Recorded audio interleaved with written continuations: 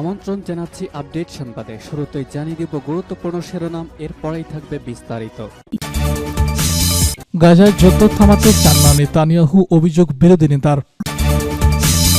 এদিকে 4 লাখ রিজার্ভ সেনাকে তলবের পরিকল্পনা ইসরায়েলের, তবে কি নতুন যুদ্ধ? অবৈধ পথে ইসরায়েলে ঢুকতে গিয়ে গলিতে ভারতীয় যুবক নিহত। সর্বশেষ জানিয়ে দেব যুদ্ধ জয়ের চেয়ে বড় বিজয় পুতিনের। গাজায় যুদ্ধ থামাতে চান না নেতানিয়াহু, অভিযোগ বিরোধী নেতার। ইসরায়েলি প্রধানমন্ত্রী বেনিয়ামিন নেতানিয়াহু গাজায় চলমান যুদ্ধকে থামানোর কোনো ইচ্ছা পোষণ করছেন না, বরং তিনি চান এই যুদ্ধ চিরকাল চলুক, কারণ এটি তার রাজনৈতিক অবস্থানকে শক্তিশালী করে। ইসরায়েলি ডেমোক্রেট পার্টির নেতা ইয়ার গোপন কথা বলেন। গোলান মনে করেন, নেতানিয়াহুর কাছে গাজায় পরিস্থিতি যতটুকু মানুষের জীবন মৃত্যু কিংবা যুদ্ধবিরতির আলোচনা গুরুত্বপূর্ণ, তার থেকে অনেক বেশি গুরুত্বপূর্ণ তার রাজনৈতিক স্বার্থ এবং ক্ষমতা ধরে রাখা। বিরোধিতা গোলান ইসরায়েলি গণমাধ্যম দৈনিক মার্কিবে বলেছেন, নেতানিয়াহু ক্রমাগতভাবে ইসরায়েলের নাগরিকদের উপরে চাপ সৃষ্টি করতে চাইছেন, যাতে জরুরি অবস্থা এবং ক্রমাগত অশান্তির মধ্যে তারা থাকতে পারে, কারণ এটি তাকে রাজনৈতিকভাবে উপকারে আসে। তিনি আর বলেছেন, কত সৈন্য মারা গেছে, যা যেসব মানুষ গাজায় আটকে আছেন তাদের জীবন নিয়ে নেতানিয়াহুর কোনো ভাবনা নেই। তার কাছে একমাত্র গুরুত্বপূর্ণ বিষয় হচ্ছে রাজনৈতিক লাভ। গোলান জানান, এই যুদ্ধের মাধ্যমে নেতানিয়াহু তার ব্যক্তিগত এবং রাজনৈতিক প্রয়োজন পূরণ করতে চান, আর তাই তিনি যুদ্ধ থামাতে চান না। গোলান আরও দাবি করেছেন, নেতানিয়াহু গাজার যুদ্ধবিরতির দ্বিতীয় পর্যায়ে আলোচনা বসতে চাইছেন না। তিনি বলেন, ইসরায়েল একটি চুক্তি সই করেছিল যা অনুযায়ী প্রথম পর্যায়ে 16তম দিনে দ্বিতীয় পর্যায়ে আলোচনা শুরুর কথা ছিল, তবে ইসরায়েল সেই আলোচনা এড়িয়ে যাচ্ছে। নেতানিয়াহুর এই অবস্থানকে সমর্থন না করলে গোলান বলেন, তারা জিম্মিদের মুক্তি চায়। তাদেরকে একটি সহজ ব্যাপার বুঝতে হবে, আমাদের দীর্ঘমেয়াদী যুদ্ধবিরতিতে পৌঁছাতে এবং গাজা উপত্যকার বেশিরভাগ অংশ সরে যেতে। গোলান এর আগেও ইসরায়েলের বর্তমান সরকারের নীতি এবং নেতানিয়াহুর পদক্ষেপের বিরুদ্ধে একাধিকবার মত প্রকাশ করে বলেছেন, এর ফলে গাজায় যুদ্ধের পরিস্থিতি এবং সেই সংক্রান্ত আলোচনার জন্য নেতানিয়াহুর অবস্থান নিয়ে বিরোধী নেতাদের মধ্যে ক্রমাগত আলোচনা দেখা গেছে। এই পরিস্থিতি তীব্র হওয়ায় ইসরায়েলের রাজনৈতিক অঙ্গনে নেতানিয়াহুর এই কার্যকলাপ আরও বড় প্রশ্ন তুলছে। যেভাবে তিনি যুদ্ধের সময়কালে রাজনৈতিক ফায়দা হাসিল করতে চাইছেন, তবে ভবিষ্যতে আরও বড় বিরোধী আন্দোলন এবং রাজনৈতিক অস্থিরতার সৃষ্টি হতে পারে বলে আশঙ্কা করছেন বিশ্লেষকরা। 4 লাখ রিজার্ভ সেনাকে তলবের পরিকল্পনা ইসরায়েলের, তবে কি নতুন যুদ্ধ? ডোনাল্ড ট্রাম্প প্রশাসনের সঙ্গে সমন্বয় করে গাজায় ত্রাণ প্রবেশ বন্ধের পর ইসরায়েল এবার রিজার্ভ সেনাদের ডাকার কথা ভাবছে। রোববার দেশটির গণমাধ্যমের বরাতে এমন তথ্য জানিয়েছেন আল জাজিরা বলছে, 2025 সালে হতে পারে যুদ্ধের বছর। ট্রাম্প দ্বিতীয় মেয়াদে ক্ষমতায় আসার পর থেকে যুক্তরাষ্ট্র এখন পর্যন্ত $12 বিলিয়ন অস্ত্র সহায়তা দিয়েছে ইসরায়েলকে, যার মধ্যে রয়েছে 2000 পাউন্ডের বোমা।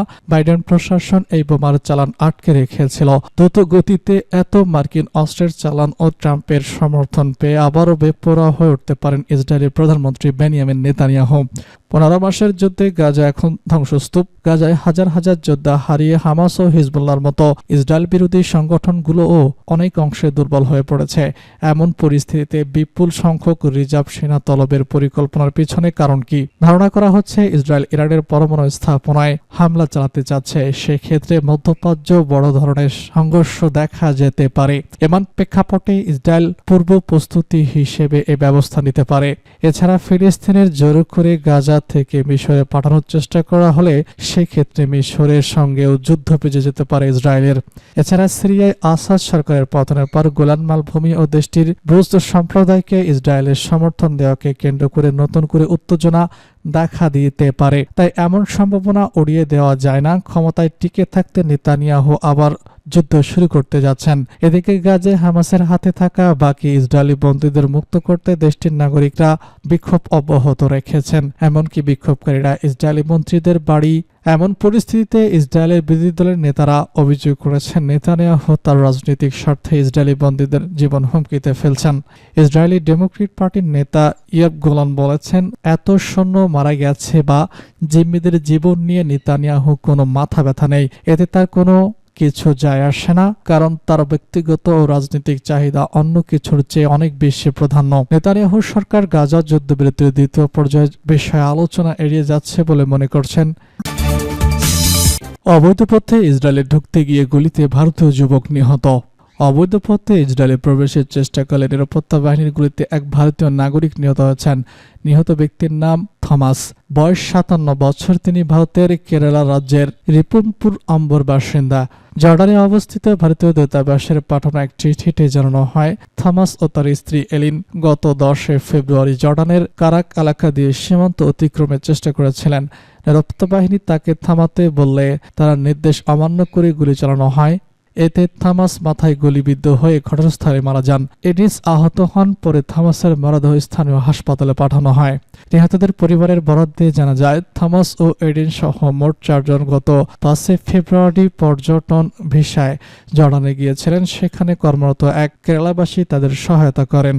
পরিবার জানায়, ঘটনার পর কয়েকদিন ধরে তাদের কোনো খোঁজ পাওয়া যাচ্ছিল না। পরে ভারতীয় দূতাবাসে যোগাযোগ করা হলে 28 ফেব্রুয়ারি দূতাবাসের পক্ষ থেকে এক আত্মীয়কে মেইল পাঠিয়ে থমাসের মৃত্যুর বিষয়টি জানানো হয়। পরে পরিবার 1 মার্চ ওই ইমেইল খুঁজে পায়।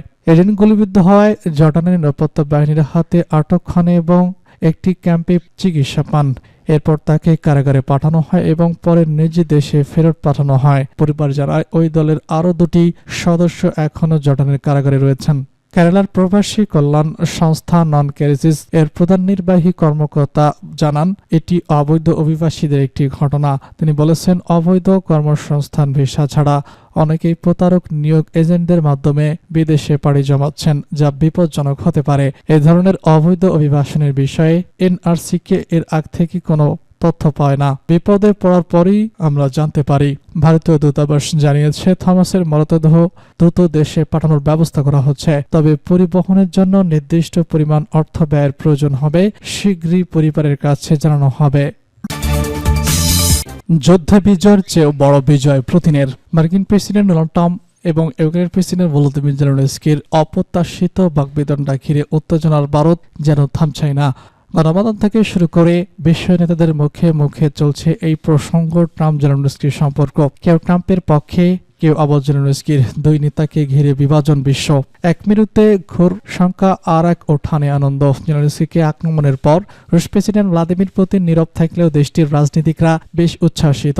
চুপ থাকলেও পুতিন যে খুশি নন তা নয়, কারণ ওভাল অফিসে ট্রাম্প জেলেনস্কির ওই মারমুখী বৈঠক মূলত যুদ্ধ জয়ের চেয়েও বড় বিজয় পেয়েছে পুতিনই। এমনটাই বলছে বিশ্ব গণমাধ্যম দ্য গার্ডিয়ান।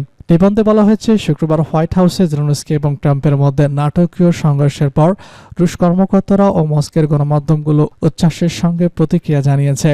সামাজিক যোগাযোগ মাধ্যম এক্সে শেয়ার করা এক পোস্টে রুশ নিরাপত্তা পরিষদের প্রধান ও সাবেক প্রেসিডেন্ট দিমিত্রি মেদভেদেভ এই ঘটনাকে ওভাল অফিসে জেলেনস্কির উপর নির্মম তিরস্কার হিসেবে অভিহিত করেন। তিনি বলেছেন, ট্রাম্প এই জোকারের মুখের উপর সত্যিটা বলে দিয়েছেন। কিয়েভ সরকার দ্বিতীয় বিশ্বযুদ্ধ নিয়ে খেলছে, এটাই অবশ্যই ইতিবাচক, তবে কতটুকু যথেষ্ট নয়। ইউক্রেন সামরিক সহায়তা বন্ধ করার আহ্বানও জানিয়েছে মেদভেদেভ। সম্প্রতি পোল্যান্ড, ফ্রান্স ও ব্রিটেনের নেতারা ওয়াশিংটনে গিয়ে ইউক্রেনের প্রতি সমর্থনের আহ্বান জানায়। এরপরে জেলেনস্কির প্রতি অনুশীলন হয়ে ওঠেন ট্রাম্প। এ নিয়ে চরম উদ্বেগ তৈরি হয়। এছাড়া ইউরোপীয় শান্তিরক্ষী ইউক্রেন মোতায়েন বিষয়ে ট্রাম্পের সদিচ্ছার ইঙ্গিত রাশিয়ার উদ্বেগ আরও বাড়িয়ে দেয়। তবে হোয়াইট হাউস